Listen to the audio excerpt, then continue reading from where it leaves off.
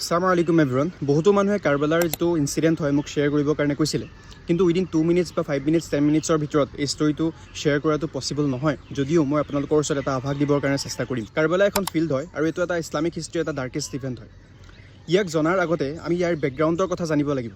কিয় আল্লাহৰ নবী সাল্লাল্লাহু আলাইহি ওয়াসাল্লামৰ পৰিশ্ৰমক 50 বছৰ পিছত এনেকুৱা এটা লেভেলত লৈ যোৱা হ'ল যে হাজাৰজন সাহাবা উপস্থিত থকাৰ পিছতো আল্লাহৰ নবী সাল্লাল্লাহু আলাইহি ওয়াসাল্লামৰ ঘৰৰ পৰিয়ালক শ্বহীদ কৰি দিয়া হ'ল। আল্লাহৰ নবী সাল্লাল্লাহু আলাইহি ওয়াসাল্লামে মুছলিম শৰীফত ফৰমাইছিলে যে নবী পয়গম্বৰবোৰ যেতিয়া দুনিয়াৰ বুকুলৈ আহিছিলে, কিছুমান মুখলিছ মানুহ তেওঁলোকৰ লগত এটাচ হৈছিলে। যিসকল মানুহে ফ'ল' কৰিছিলে সেইসকল মানুহ যেতিয়া গুজৰি গুচি গ'ল, যেতিয়া নবী পয়গম্বৰবোৰ দুনিয়াৰ বুকুৰ পৰা গুচি গ'ল, তেতিয়াহ'লে এনেকুৱা মানুহ আহি পেলাই তখ্তত বহিলেহি যিসকলে কৈছিলে কিবা এটা আৰু কৰিছিলে কিবা এটা, আৰু তেওঁলোকে আল্লাহৰ হুকুম আৰু যিবোৰ ফ'ল' কৰিব লগা কাম আছিলে তাৰ বিৰুদ্ধে আচৰণ কৰিছিলে। আৰু সেইসকলৰ বিৰুদ্ধে যোনে হাতেৰে জিহাদ কৰিলে তেওঁ মুমিন হয়, আৰু তেওঁ কোন হয়? হুছেইন ইবনে আলী। এই কাৰবালাৰ ইনচিডেণ্টটো জনাৰ আগতে ইয়াৰ বেকগ্ৰাউণ্ডৰ কথা জনাটো অতিকৈ প্ৰয়োজনীয়। আল্লাহৰ নবী সাল্লাল্লাহু আলাইহি ওয়াসাল্লামে ফৰমাইছিলে মোৰ উম্মত আৰু ফিতনাৰ মাজৰ দৰ্জা উমৰ হয়। আৰু এটা হাদিছ আহিছে য'ত উমৰ ৰাদিয়াল্লাহু তাআলা আনহুক যেতিয়া আঘাত কৰোৱা হ'ল, উমৰ ৰাদিয়াল্লাহু তাআলা আনহুৱে ৱফাতৰ আগে আগে 6 জনীয়া এখন কমিটি ফৰ্ম কৰিলে, যিখন কমিটিৰ কথা তেওঁ ক'লে মুছলমানৰ খিলাফতৰ কাৰণে এই 6 জনতকৈ মই কাকো হকদাৰ বুলি নাভাবোঁ। হযৰত আলী, উছমান, তালহা, জুবেৰ, আব্দুৰ ৰহমান ইবনে আউফ আৰু সাদ ইবনে আবি ওয়াক্কাছ ৰাদিয়াল্লাহু তাআলা আনহু আজমাইন। মুছলিম শৰীফত আহিছে উমৰ ৰাদিয়াল্লাহু তাআলা আনহু আৰু কৈছে তুমি দেখিবা এই 6 জনৰ বিৰুদ্ধে সেইসকল মানুহ উঠিব যিসকলক মই নিজৰ হাতেৰে ইছলামৰ কাৰণে মাৰিছিলোঁ। যদি সিহঁতি সন্মুখত আহি যায় তেনেহ'লে গম পাই ল'বা যে সিহঁতি আল্লাহৰ শত্ৰু হয়। যেতিয়া উমৰ ৰাদিয়াল্লাহু তাআলা আনহুৰ ৱফাত হৈ গ'ল, এই 6 জনীয়া কমিটিৰ মাজৰে এজন হযৰত উছমান ৰাদিয়াল্লাহু তাআলা আনহুক এজ এ খলিফা হিচাপে নিয়োগ কৰিলে।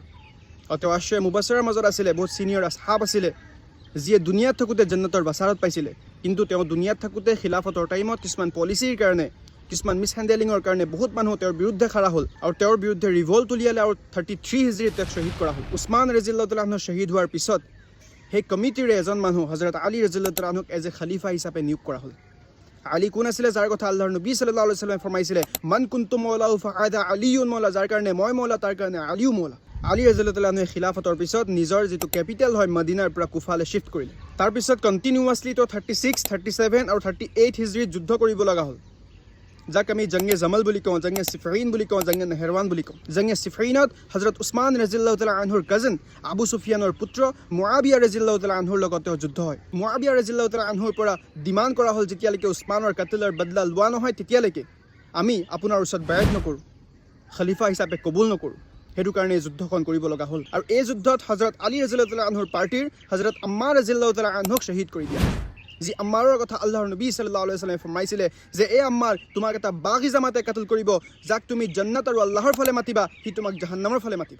এই যুদ্ধ ৰখাবৰ কাৰণে দুটা পাৰ্টিৰ মাজত কম্প্ৰমাইজ কৰা হ'ল, but from the party of Ali ৰাদিয়াল্লাহু তাআলা আনহু এটা গ্ৰুপে এই ডিচিশ্যনটো ভাল পোৱা নাছিল।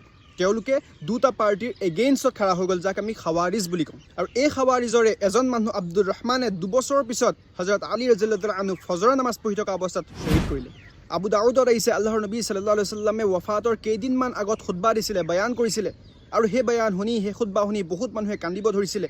তাত আল্লাহৰ নবী সাল্লাল্লাহু আলাইহি ওয়াসাল্লামে ফৰমাইছিলে মোৰ পিছত যিসকল মানুহ জীয়াই থাকিব তেওঁলোকে বহুত মতানৈক্য, বহুত ইখতিলাফ দেখিবলৈ পাব। সেই সময়ত নতুন নতুন বিদআতৰ পৰা বাচিবা। তোমালোকে মোৰ সুন্নত আৰু মোৰ হিদায়তপ্ৰাপ্ত খুলাফায়ে ৰাছিদিনৰ সুন্নতক খামুচি ধৰি ৰাখিবা, কেতিয়াও এৰি নিদিবা। আলী ৰাদিয়াল্লাহু তাআলা আনহু শ্বহীদ হোৱাৰ পিছত কুফাত হযৰত হাছান ৰাদিয়াল্লাহু তাআলা আনহুক এজ এ খলিফা হিচাপে নিয়োগ কৰা হ'ল। আৰু ইফালে সিৰিয়াত মুআবিয়া ৰাদিয়াল্লাহু তাআলা আনহু আছিল। পলিটিকেলি ইমান ডিষ্টাৰ্ব হোৱাৰ কাৰণে হযৰত হাছান ৰাদিয়াল্লাহু তাআলা আনহুৱে আল্লাহৰ নবীৰ সেই আহাদিছটোৰ ওপৰত আমল কৰিলে, যিটো আহাদিছত আল্লাহৰ নবী সাল্লাল্লাহু আলাইহি ওয়াসাল্লামে ফৰমাইছিলে উম্মতক ফিতনাৰ পৰা বচাবৰ কাৰণে মুছলমানৰ দুটা গ্ৰুপৰ লগত সন্ধি কৰিব। আৰু ঠিক সেইদৰে হাছান ৰাদিয়াল্লাহু তাআলা আনহুৱে 5টা চৰ্তত মুআবিয়া ৰাদিয়াল্লাহু তাআলা আনহুৰ লগত সন্ধি স্থাপন কৰিলে। প্ৰথমটো চৰ্ত আছিলে মুআবিয়া ৰাদিয়াল্লাহু তাআলা আনহুৱে আল্লাহৰ কিতাব, ৰাসূল সাল্লাল্লাহু আলাইহি ওয়াসাল্লামৰ সুন্নত আৰু খুলাফায়ে ৰাছিদিনৰ ৱেত তৰিকাত হুকুমত কৰিব।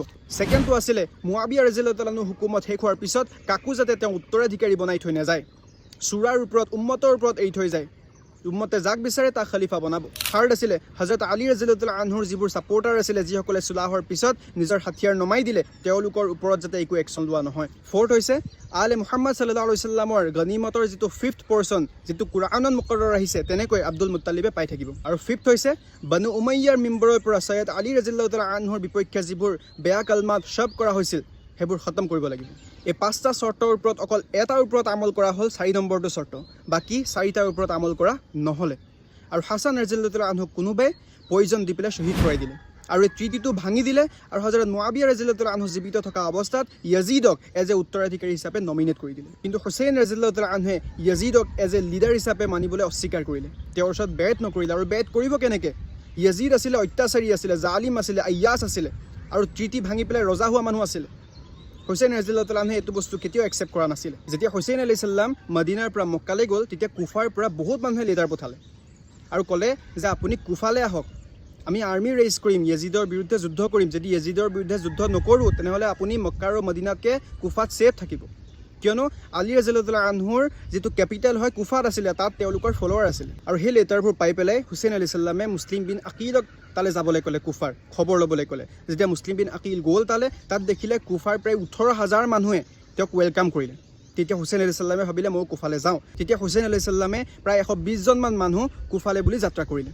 য়েজিদে ৱালিদ বিন উতবাক কৈছিলে যে ফ'ৰ্চফুলি হ'লেও ইমাম হুছেইনক বেটটো অনা বেট কৰা এলিজিয়েন্স ল কিন্তু ইমাম হুছেইনে তেওঁৰ হাতত বেট নকৰিলে য়েজিদে যেতিয়া দেখিলে ইমানবোৰ মানুহে হুছেইন আলাইহিছ সালামৰ ছাপৰ্টত আহিছে তেতিয়া উবাইদুল্লাহ ইবনে জিয়াদক কুফাৰ গভৰ্ণৰ বনাই দিলে আৰু ষ্ট্ৰিক্টলি ইনষ্ট্ৰাকশ্যন দিলে যে লাগিলে যিয়ে কৰিব লগা হওক হুছেইন আলাইহিছ সালামৰ যিবোৰ ছাপৰ্টত আহে তাক দমন কৰ আৰু কুফাৰ মানুহে সেই বৰ্বৰতা দেখি পেলাই তেওঁলোকৰ মুখ বন্ধ হৈ গ'ল ডিউ টু কমিউনিকেশ্যন লুফলৰ কাৰণে হুছেইন আলাইহিছ সালামে এই কথা গম নাপালে আৰু তেওঁলোক আহি পেলাই সেই কাৰবালাৰ ফিল্ড পালে যেতিয়া হুছেইন আলাইহিছ সালাম কাৰবালাৰ ফিল্ড পালেগৈ তেতিয়া য়েজিদৰ সৈন্যই সকলো ফালৰ পৰা ঘেৰি ধৰিলে আপুনি ইমাজিন কৰক 72জন মানুহ আৰু তাৰ বিপক্ষে 22,000 মানুহ হুছেইন আলাইহিছ সালামৰ লগতে তেওঁৰ লগৰীয়াসকলৰ লগতে তেওঁৰ মহিলাসকলক সন্তান সন্ততি সকলোকে ঘেৰি ধৰিলে আৰু তাৰপিছত যেতিয়া কনফাৰ্ম হ'ল হুছেইন আলাইহিছ সালামে য়েজিদৰ হাতত বেট নকৰে তেতিয়া যুদ্ধৰ এলানত যেতিয়া যুদ্ধ ষ্টাৰ্ট হ'ল এজনকৈ সকলো শ্বহীদ হৈ গ'ল আনকি হুছেইন আলাইহিছ সালামৰ সন্তান ছমহীয়া আজগাৰকো